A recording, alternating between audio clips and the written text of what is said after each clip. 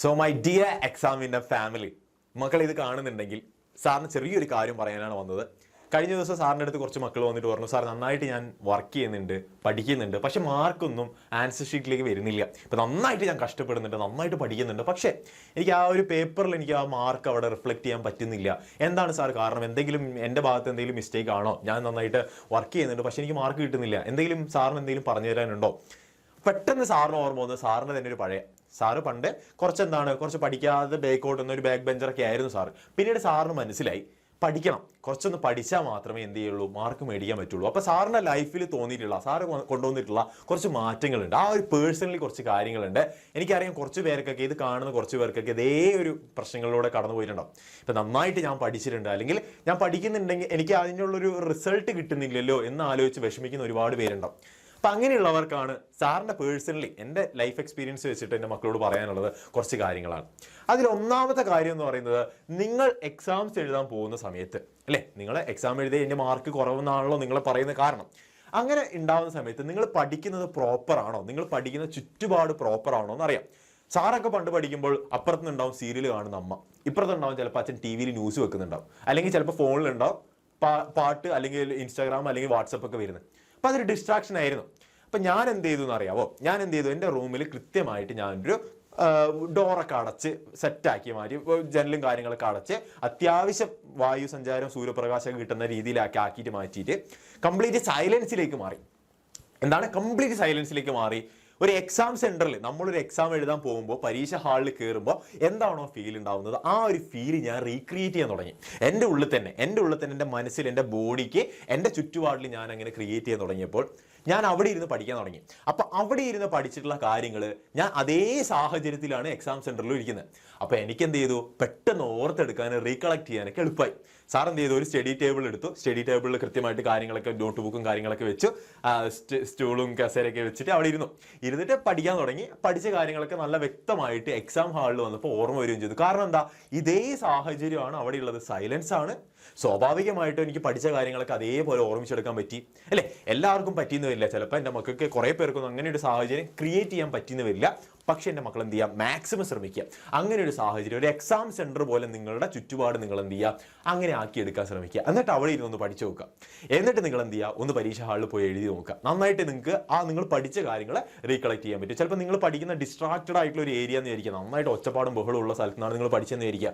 നിങ്ങൾ നേരെ ചെന്നിരിക്കുന്ന എവിടെയാണ്, എക്സാം ഹാളിലാണ്. എക്സാം ഹാളിൽ എന്താണ്, കംപ്ലീറ്റ് സൈലൻസ് ആണ്. നിങ്ങൾക്ക് ചിലപ്പോൾ പഠിച്ച കാര്യങ്ങളൊന്നും ഓർമ്മയില്ല, നിങ്ങൾക്ക് ചിലപ്പോൾ സൗണ്ട് വേണ്ടി വരും, എന്നാലേ ആ പഠിച്ച കാര്യങ്ങളൊക്കെ ഓർമ്മ വരുള്ളൂ.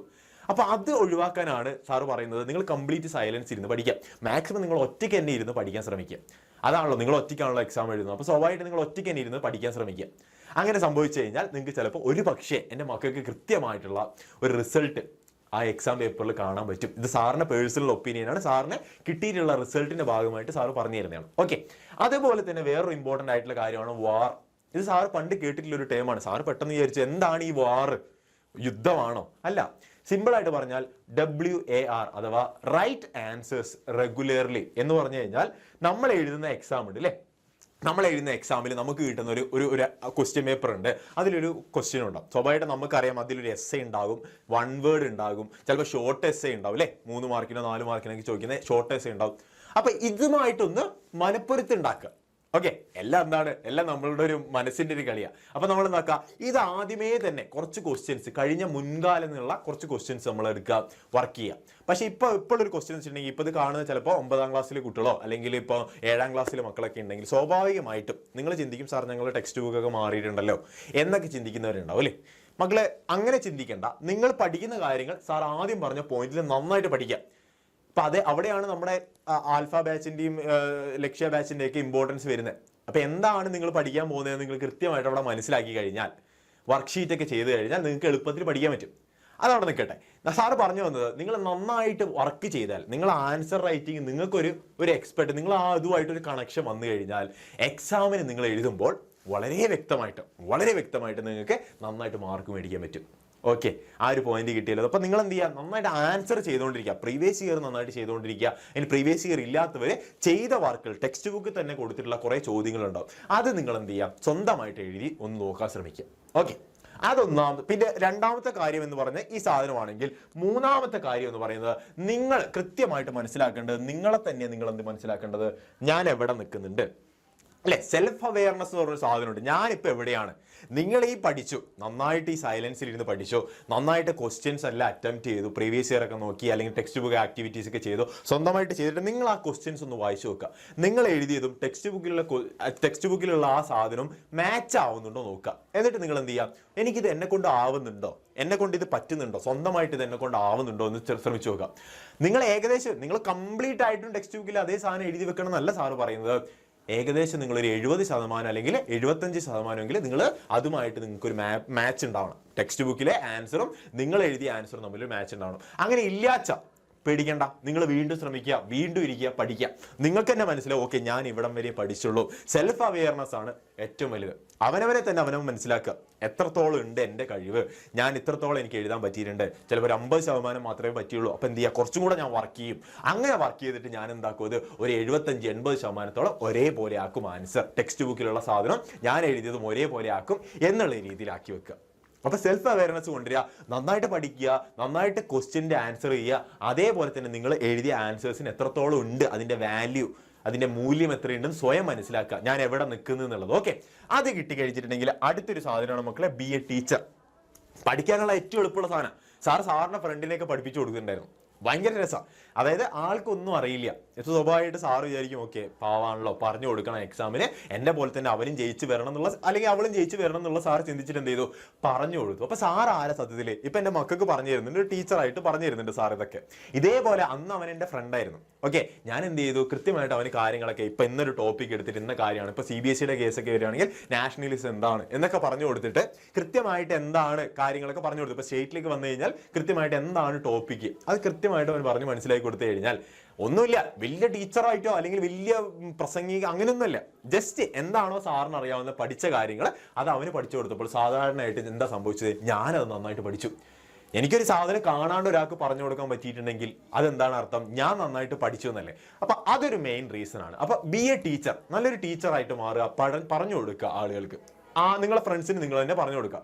ഏറ്റവും അവസാനത്തെ ഒരു പോയിന്റ് എന്ന് പറയുന്നത് think out of the box എന്ന് പറഞ്ഞൊരു സാധനമുണ്ട്.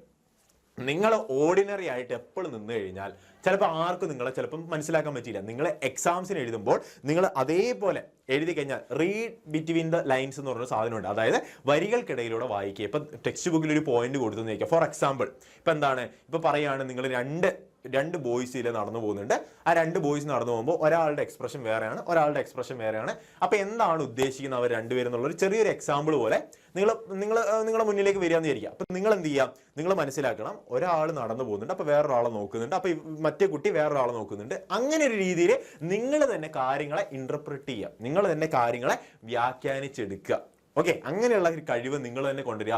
Think out of the box. തന്നിരിക്കുന്ന സാധനം അതേപോലെ നിങ്ങൾ എന്ത് ചെയ്യുക, എഴുതാതിരിക്കുക. നിങ്ങളൊന്ന് ആലോചിച്ച് നോക്കുക, എന്നെ കൊണ്ട് ഇതാവുന്നുണ്ട്, നിങ്ങളേതായിട്ടുള്ള ഒരു ഭാഷയിൽ നിങ്ങൾ എന്ത് ചെയ്യുക, എഴുതുക. അപ്പൊ ഇത്രയേ ഉള്ളൂ. സാറ് മെയിൻറ്റെയിൻ ചെയ്ത കുറച്ച് കാര്യങ്ങളുണ്ട് നന്നായിട്ട് മാർക്ക് മേടിക്കാൻ വേണ്ടിയിട്ട്.